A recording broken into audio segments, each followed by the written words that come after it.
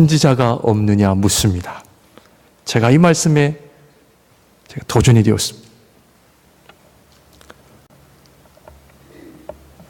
하나님 앞에 진짜 선지자가 있으면 거짓 선지자도 있다는 것을 말씀하시고요. 왕이 그것도 아닌 것 같아. 그래서 미가야라는 선지자를 드디어 찾아냅니다. 미가야 선지자에게 묻습니다. 너는 솔직하게 얘기를 해라. 전쟁을 가야 되느냐 안 가야 되느냐? 미가야가 대답을 합니다. 400명의 선지자가 뭐라 그러더나이까? 하라고 했다. 그러면 가십시오. 왕이 열받습니다. 너 진실을 대답해라.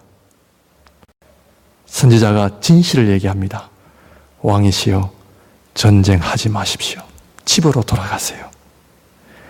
그러면은 왕이 아멘하고 집으로 돌아가야 되는데 어땠을까요? 또 왕이 열받았습니다.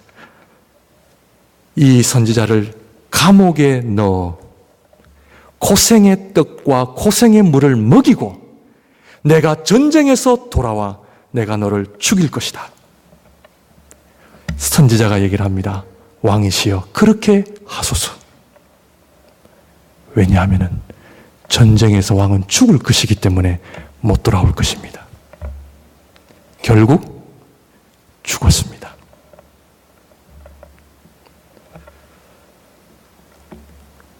선지자의 사명이 무엇인가?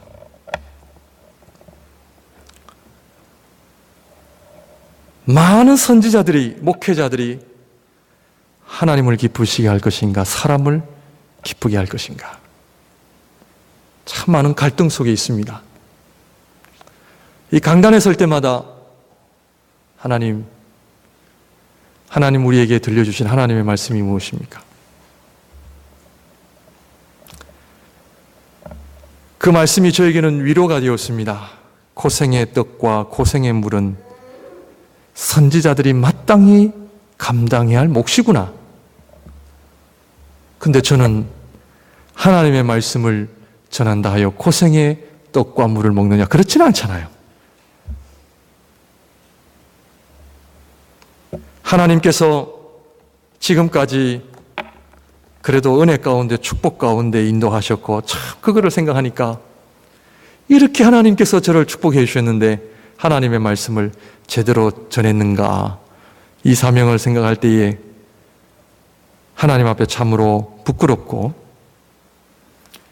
오늘도 여러분들을 위한 하나님의 말씀을 준비하면서 다시 한번 선지자의 사명 플러스 하나님의 백성들의 사명은 무엇인가? 하나님의 말씀을 듣는 것입니다. 사람들은 진실을 원하지만 정말 진실을 들으면 불편해하거든요. 요나서 1장 1절을 보게 되면 여호와의 말씀이 아미떼의 아들 요나에게 임하니라 이르시되, 또 성경은 하나님의 말씀으로 시작합니다. 이 세상은 하나님의 말씀으로 시작하여 하나님의 말씀으로 끝이 나고 우리의 인생은 하나님의 말씀으로 시작하여 하나님의 말씀으로 끝나야 합니다. 그러나 성경이 하나님께서 말씀하셨다라고 하는 것은 어떤 의미가 있느냐 하면요, 우리 인간은 하나님의 말씀을 들어야 되는 존재이다 하는 것입니다. 하나님의 말씀을 들어야 살지, 듣지 않으면 소망도 없고 거기에는 성공도 없고 기쁨도 없고 아무런 것도 남지 않는 삶이다라고 이야기를 합니다. 어느 시골에 한 아버지가 집을 나가면서 병에다가 아이들을 모아놓고 이 병은 농약이 들었다. 이 병은 농약이 들었는데 이거 마시면 죽는다. 절대로 너희들 마시면 안 돼. 하고는 여기 위에 얹어놓고 나가셨습니다. 자, 자식들이 먹으면 죽는다는 농약을 먹을까요? 안 먹을까요? 우리 성도님들의 우리 자녀들 같은 경우는 거의 안 먹으리라고 저는 생각을 합니다. 저거 아버지 혼자 맛있는 거 드시려고 저러는 거 아니야? 요즘 시대에는 가능성이 있습니다. 하도 세대가 지금 뒤숭숭한 시대여가지고. 저거 산삼이요, 산삼? 아버지가 먹으면 죽는다라고 하는 농약을 먹을 자식은요, 거의 없습니다. 어느 시골에 에덴이라고 하는 시골이 있었습니다. 아버지가 있었는데 그 성은 하시요, 조남은 나님이십니다.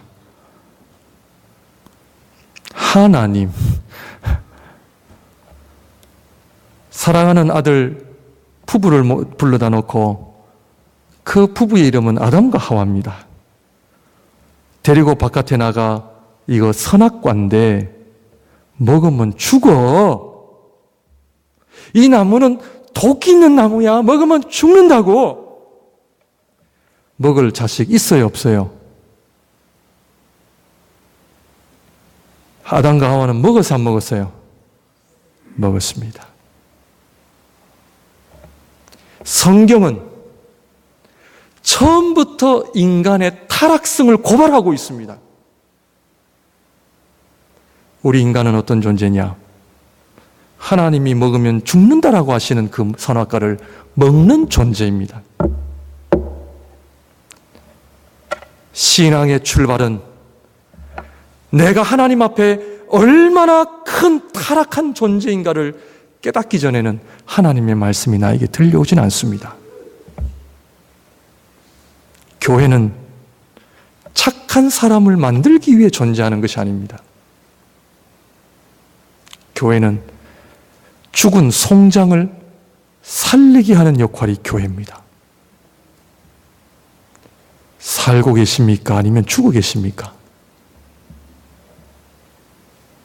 인간이 잘나 보이고 좋아 보이고 선해 보이죠? 그렇지 않습니다. 내 속에 있는 나라고 하는 이 속에 있는 엄청난 하나님을 향한 대적, 하나님의 말씀을 싫어해도 그렇게 싫어하는 이 타락된 본성이 내 안에 꿈틀거리고 있다는 것을 모르면 하나님의 말씀은 들려오지 않습니다. 이것이 우리 신앙생활의 시작입니다. 위경이라고 하는 구약의 전성을 보게 되면 에녹이라고 하는 사람의 이야기가 나옵니다. 300년을 하나님과 동행하고 죽음을 맛보지 않고 하늘나라에 간 에녹 할아버지가 세상이 너무 타락해서 하나님 앞에 이런 간청을 했다라고 하는 이야기가 나옵니다. 성경에는 없습니다. 그러나 그런 전성에 나옵니다. 하나님, 제가 세상에 조금만 더 있다가 오겠습니다. 왜? 세상에 너무 타락한 사람 때문에 내가 그들에게 가서 제발 좀 죄와 악을 버리고 하나님께로 돌아오라고 내가 그렇게 이야기하고 좀 오겠습니다. 하니까 하나님께서 그러지 마라, 그러지 마라, 그냥 와라. 이때 하시는 하나님의 말씀이 내 말도 안 듣는데 네 말 듣겠냐? 하도 간청을 해서 하나님께서 그러면은 갔다 와라. 너무 깊이 가지는 말고 산 중턱에서 사람들에게 이야기를 해라. 그러다가 결국 에녹이 포기하고 하늘나라로 올라갔다는 이야기가 있습니다. 왜? 듣지 않으니까. 결국 이 사건 때문에 하나님께서는 노아의 홍수를 일으켰다라고 하는 그런 이야기가 내려오고 있습니다. 하나님의 말씀. 신앙생활은 하나님의 말씀을 들어야 합니다. 하나님께서 우리의 삶을 인도하시고 우리의 삶을 주관하시는 모든 목적이 뭐냐면요, 하나님의 말씀을 듣기 위함이라는 목적을 우리는 알아야 합니다. 고난이 있습니까? 아픔이 있습니까? 눈물이 있습니까? 하나님께서 하나님의 말씀을 듣게 하기 위한 인도하심이라는 것을 꼭 기억하시기를 바랍니다. 그래서 우리 신앙인들은요, 잘 되잖아요. 잘 될 때는 언제냐? 하나님 앞에 말씀대로 순종할 때 엄청난 축복이 옵니다. 그러나 그전에는 고난입니다. 왜? 하나님 말씀 들리게 하게 해주시겠어요. 제가 이 말씀을 준비하면서 하나님 앞에 참 감사의 기도를 참 많이 드렸습니다. 왜냐하면 저 같은 인생에게 하나님께서 아르헨티나로 이민 가게 하시고, 아르헨티나에 이민을 가니까 여러분들 잘 아시는 것처럼 미싱틀에 앉아가지고 하루에 12시간씩 일을 해야만 하는 그런 현실 속에 지금 돌이켜보면은 온 가족들이 12시간씩 앉아서 미싱틀에 앉아서 일은 하지만 뭐 했느냐? 하나님의 말씀을 들었습니다. 하루에 몇 시간씩요? 12시간씩. 그때는 몰랐습니다. 이상하게 유행가를 들을 수도 있고 라디오를 틀어놓고 일할 수도 있고, 미국에 가면 여러분들 멕시칸들 한번 보십시오. 일할 때 꼭 라디오를 틀거든요. 밤에 잠잘 때도 꼭 라디오 크게 틉니다. 옆집 잠 못 자게. 그런데 그때는 옛날 카세트 테이프가 있었는데요. 목사님들의 설교 테이프를 모아다가 하나 꽂고 양쪽 들으면 1시간. 끝나면 막내 경원아 가서 바꿔라 하면은 또 다른 설교 테이프 바꿉니다. 다 듣고 나면 또 바꿔라. 하루에 12시간씩. 그 당시 한국의 지구촌교회 이동원 목사님의 항상 기뻐하라, 항상 범사에 감사하라, 그 설교 말씀은 제가 100번도 넘게 들었습니다. 거의 외우다시피 할 정도로 제가 들었습니다. 교회에 가니 선생님 한 분이 경원아 나랑 성경 공부하자. 네. 그 선생님과 함께 5년을 함께 말씀을 공부하면서 그 당시 때는 몰랐지만 축복된 시간이었습니다.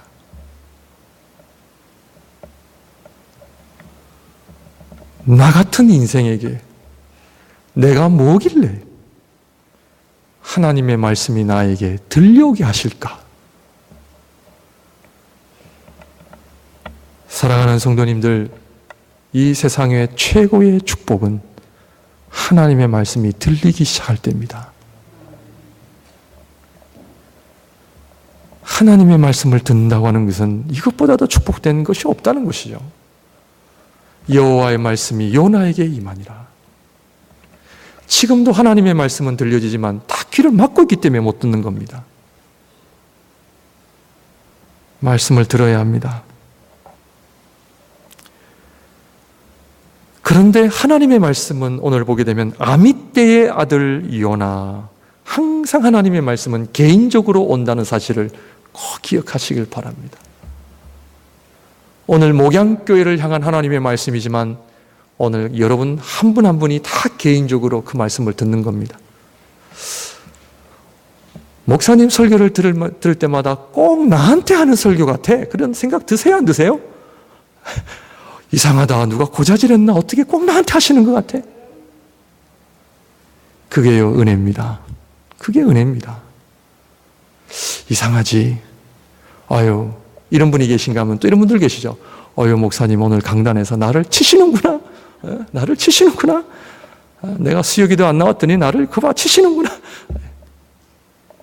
그것도요, 좋습니다. 하나님의 말씀을 듣고 그 말씀 때문에 은혜가 되고 감동이 되고, 하나님 순종 한번 해보겠습니다. 얼마나 큰 축복인지 몰라요. 여호와의 말씀이 아미떼의 아들 요나, 요나의 아버지는 아미떼, 아미떼의 의미는 하나님의 진리라는 의미고요. 요나는 비둘기라는 의미를 가지고 있습니다. 요나는 참 축복된 가정에 태어난 것 같습니다. 아버지의 이름이 하나님의 진리. 우리 아빠 엄마는 하나님의 말씀을 그렇게 사랑하는 분이었어. 우리 아빠 엄마는 말씀 앞에 참으로 엎드리는 사람이었어. 이게 축복입니다. 우리 아빠 엄마는 돈만 사랑하다 가셔서 그것이 아니라 우리 아빠 엄마는 하나님의 말씀의 사람이었어요. 우리 사랑하는 우리 성도님들, 자식들에게 성경을 창세기부터 요한계시록까지 한번 쭉 쓰셔가지고 자식들에게 한번 물려주시면 참 좋은 것 같습니다. 이 아빠 엄마가 너희들에게 주는 선물이다. 그 성경을 쓸 때마다 눈물 자국, 기도하는 자국, 우리 자식들이 성경을 볼 때마다 우리 아버지 어머니의 그 믿음을 생각하면 얼마나 좋을까 하는 생각을 해봅니다. 우리 사랑하는 성도님들, 하나님의 말씀 밖에는 없습니다. 아무리 우리가 잘 먹어도, 교회에서 프로그램 많이 해도 하나님의 말씀 앞에 서는 저와 여러분들이 되시기를 주님의 이름으로 축원드립니다. 오늘 하나님의 말씀을 보니까 둘째로 니느웨로 가서 그것을 향하여 외치라. 그 악독이 내 앞에 상달되었다. 메시지의 의미는 어떤 메시지냐면 죄를 떠나라 하는 메시지입니다. 그 얘기는 뭐냐면 바르게, 의롭게, 거룩하게 살아라. 이것이 하나님의 말씀의 내용입니다. 우리가 하나님 앞에 갈 때에, 아니면 이 땅에서 사는 동안에 하나님께서 우리에게 말씀하실 때는 두 가지를 주십니다. 한 가지는 칭찬의 말씀이고 두 번째로는 명령입니다. 우리가 순종하면 칭찬하시고요, 그리고 잘못된 삶을 살면 죄에서 떠나라 하십니다. 거룩한 삶, 하나님 앞에 거룩한 삶을 회복하는 것, 이것이 하나님 앞에 진정한 성공이다 하는 것을 우리에게 보여줍니다. 하나님의 백성들의 진정한 성공은 거룩한 삶입니다. 내 삶의 최고 우선순위, 물질이 아니라 하나님입니다. 이 땅의 성공이 아니라 하나님 말씀에 순종하는 겁니다. 거룩한 삶입니다. 여호수아 1장을 보게 되면은 여호수아가 모세의 리더십을 이어받아 이스라엘 백성들을 이끄는 새로운 리더십에 올라와서 하나님께서 그에게 말씀하시기를 200만이나 넘는 이스라엘 백성을 인도해야 되는 엄청난 책임을 가졌던 여호수아에게 어떤 정치적, 어떤 군사적, 어떤 경제적 지침서가 아니라 하나님께서는 그에게 한 가지만을 요구하십니다. 좌로나 우로나 치우치지 말고 네 마음을 다하여 여호와의 말씀에 순종해라. 그리하면 네가 어디를 가든지 내가 너와 함께하여 네 하는 모든 일이 형통하게 될 것이라. 강하고 담대하라. 두려워하지 말라. 내가 너와 함께하겠다. 이것이 신앙인들의 성공입니다. 하나님 앞에 유일한 진정한 진짜 성공은 하나님 말씀에 순종하는 것밖에 없습니다. 지금 한국의 유병헌이라는 사람의 죽음 때문에 나라가 지금 떠들썩한데요. 잠깐 이야기하고 넘어가겠습니다. 왜냐하면 사회적 이슈는 우리들에게 메시지를 주기 때문에 그렇습니다. 유병헌의 죽음은 그 한 사람의 죽음으로 끝나지 않고 그 유병헌이라는 사람의 죽음을 통해 하나님께서는 오늘 우리 신앙인들에게 메시지를 주고 있습니다. 우리 한국 사회가 모든 사람들이 꿈을 꾸는 것이 바로 돈입니다. 돈. 결국 돈을 추구했던 인생의 마지막이 어떠한지를 하나님 우리에게 보여주십니다. 인간이 한평생 살면서 가장 중요한 시간 언제라고 생각하십니까? 언제라고 생각하십니까? 장례식입니다. 우리 신앙인들에게 있어서 가장 중요한 시간은 장례식입니다. 내가 죽는 순간입니다. 죽을 때에 영원한 하나님 나라에 들어가고 하나님 백성으로 지금까지 하나님 앞에 살았던 삶을 결산하고 주님 앞에 면류관과 상급을 받는 시간. 많은 신앙인들에게 존경과 사랑을 받고 세상을 하직해야 되는 그 장례식장에서 돈만을 추구했던 그 한 인생이 얼마나 비참한지를 우리에게 보여줍니다. 참으로 어리석은 삶입니다. 그 사람만 어리석을까요?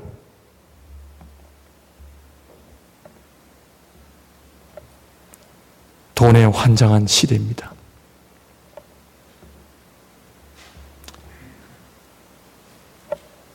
아름다운 믿음을 살아가는 한 성도의 죽음을 그리워하고 안타까워하고, 저분이 한평생 사는 동안 참 주님을 사랑했고 주님의 몸된 교회를 섬긴 그 아름다운 신앙의 흔적을 가지고 그분을 기리며 감사하며 영원한 하나님의 나라를 들어가면서 슬프지만 그러나 축하해 줄 수 있는 그런 축복 속에서 가야 할 인생의 마지막 아름다운 장례길에 많은 사람들의 지탄과 욕과 손가락질을 받으며 가야 하는 그 인생이 얼마나 어리석은 인생이겠습니까?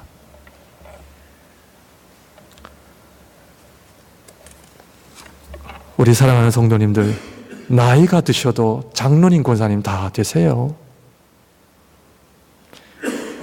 저희 부친이 63세인가 4세 때에 장로 피택을 받으셔서 저에게 전화를 하셨습니다.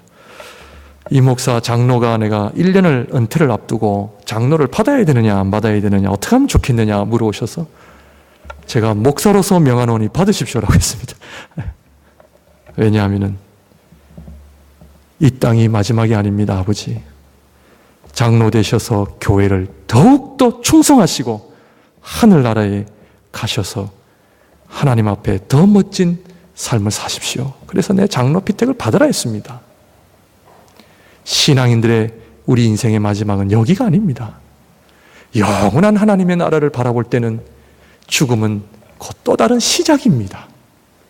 그 또 다른 시작을 준비하며 살아야 되는 저와 여러분들이 이 땅에 한 번밖에 없는 인생은 사라질 돈 위에서 살기에는 너무나 아까운 인생입니다. 마지막으로 니느웨로 가라, 일어나라. 2절 말씀을 보게 되면 너는 일어나. 요나서에는 일어나라는 표현이 아주 반복되어져 나옵니다. 뭐냐? 사명입니다. 사명. 니느웨는 그 당시 큰 성읍이었고, 그 당시 큰 성읍이었다고 하는 것은 온 세계를 의미했습니다. 세계를 품는 그리스도인이 되어야 합니다. 하나님 앞에 한 번밖에 없는 인생, 우리는 밥을 먹을 때도 사명을 생각해야 되고 하나님 나라를 위하여 어떻게 섬길 것인가. 여러분들 잘 아시지만 요나서에 나타난 요나는 일어나라라고 했던 표현을 보게 되면은 아마 그가 하나님 앞에 일어나지 못했던 것 같아요. 우리 사랑하는 목양교회 성도님들, 일어나시기를 바랍니다. 아직도 주저앉고 계십니까? 일어나야 합니다. 하나님 앞에 말씀으로 일어나십시오. 상관없습니다, 나이는. 하나님 앞에 일어난다고 하는 의미는 사명자입니다. 이 세상은 사명이 있을 때 행복해지고 사명이 있는 사람은 절대로 타락하지 않습니다. 사명이 있는 자는 하루를 살더라도 기쁘게 살고요. 그 사명 때문에 꿈자리로 들어갑니다. 내년을 생각하면 벌써 가슴이 뛰고 5년 뒤를 생각하면 너무나 기대가 되어지고, 오늘날 우리 교회가 사명을 이야기하지 않았습니다. 사명을 가르치지 않았습니다. 사명은 목회자와 선교사들만 사명자라고 그렇게 가르쳤기 때문에 일반 성도들이 사명자라고 하는 그런 개념을 우리가 가르치지 못했습니다. 그러나 모든 크리스찬들은, 신앙인들은 사명자입니다. 하나님께서 왜 우리를 밴쿠버 땅에 오게 하셨고, 왜 하나님께서 우리에게 건강과 물질과 가족들을 주셨고 자녀들을 주신 이유는 뭐냐 하면 사명입니다. 나 한 사람 잘 먹고 잘 살기 위한 것이 아니라 하나님은 나를 통해 열방이 복을 받는, 나를 통해 내 이웃들이 복을 받는 사명자가 되어야 됩니다. 하나님, 내가 목양교회 성도로서 2014년도에 하나님, 내가 예수 믿지 않는 사람 내가 5명을 내가 교회에 데리고 오겠습니다. 이게 얼마나 큰 사명인지 아십니까? 그 사명이 있는 사람과 없는 사람은요, 삶의 퀄리티가 다르거든요. 하나님, 이번 주에 예수 안 믿는 사람 나한테 좀 한번 걸리게 해주세요. 나한테 한번 걸리게 해주세요. 걸리면 밴쿠버의 가장 좋은 교회, 최고의 교회 목양교회를 아십니까? 들어보셨습니까? 그 교회 가면 최고의 장로님, 최고의 안수 집사님들 계시는데 한번 가보시죠. 이 사명 간직하고 계세요? 아니면 뭐를 먹을까, 뭐를 입을까? 사명자입니다. 할 일이 너무 많습니다. 우리 자녀들이요, 꿈과 비전을 가져야 됩니다. 왜 꿈과 비전이 없느냐? 하나님을 만나지 못하기 때문에 그래요.